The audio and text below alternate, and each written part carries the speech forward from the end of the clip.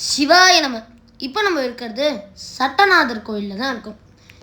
இந்த கோயில் சீர்காழி மயிலாடுதுறை டிஸ்ட்ரிக்டில் தான் இருக்குது. இந்த இடம்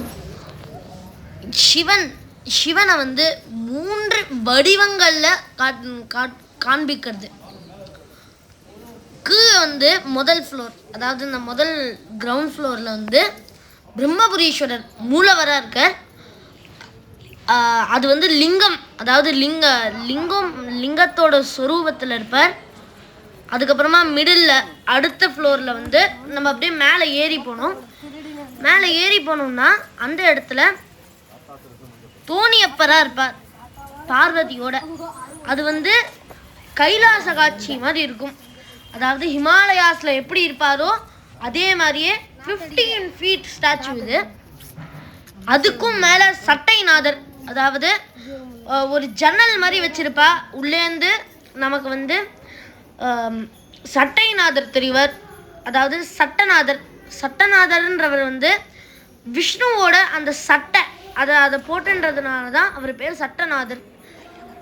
இவர் வந்து பைரவரோட ஸ்வரூபத்தில் இருக்கா அப்படின்னு தான் எல்லாரும் சொல்லின்னு இருக்கா.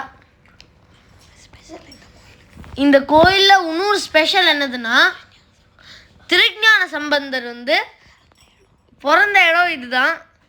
இந்த இடத்துல தான் ஞானப்பால் வந்து அம்பாள் ஊட்டினா. 7th செஞ்சுரியில் தான் இந்த கதை நடந்தது. அந்த 7th செஞ்சுரியில் தான் இது வந்து ஒரு பாடல் பெற்ற ஸ்தலமாக டிரான்ஸ்ஃபார்ம் ஆச்சு. அவருக்கு அப்போ 3 வயசு இருக்கும் போது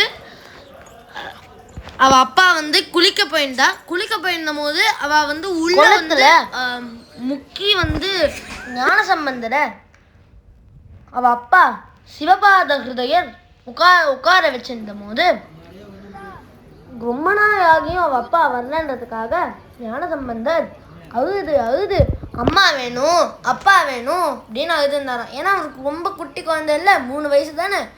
அப்போ லோகபிதாவான சிவன் பார்வதி அவள் ஹிமாலயாஸ்லேருந்து டைரக்டா இந்த குழந்தைக்காக வந்தாலாம். இந்த குழந்தைக்கு வந்து சிவன் வந்து அம்பாள் கிட்ட இந்த குழந்தைக்கு ஞானப்பால் தர சொல்லி இந்த குழந்தை ஞானப்பால் அருந்தின குழந்தையாக ஆயிடுத்து. இந்த குழந்தை அதாவது ஞானசம்பந்தர் அவளோட முதல் தேவாரத்தை இங்கே தான் பாடினாங்க. தோடுடைய சேவியன் அப்படின்னு ஆரம்பிச்சு ஒரு அழகான தேவாரம். இதை பாடி இந்த இடத்த ஒரு பாடல் பெற்ற ஸ்தலமாக மாற்றினால், இந்த இடத்துக்கு நீங்கள் சீர்காழிக்கு நீங்கள் நிச்சயமாக வந்தீங்கன்னா, அதாவது மயிலாடுதுறை டிஸ்ட்ரிக்ட்டுக்கே நீங்கள் வந்தீங்கன்னா நிச்சயமாக இந்த இடத்த பார்த்துட்டு போகணுன்னு நான் கேட்டுக்கொள்கிறேன்.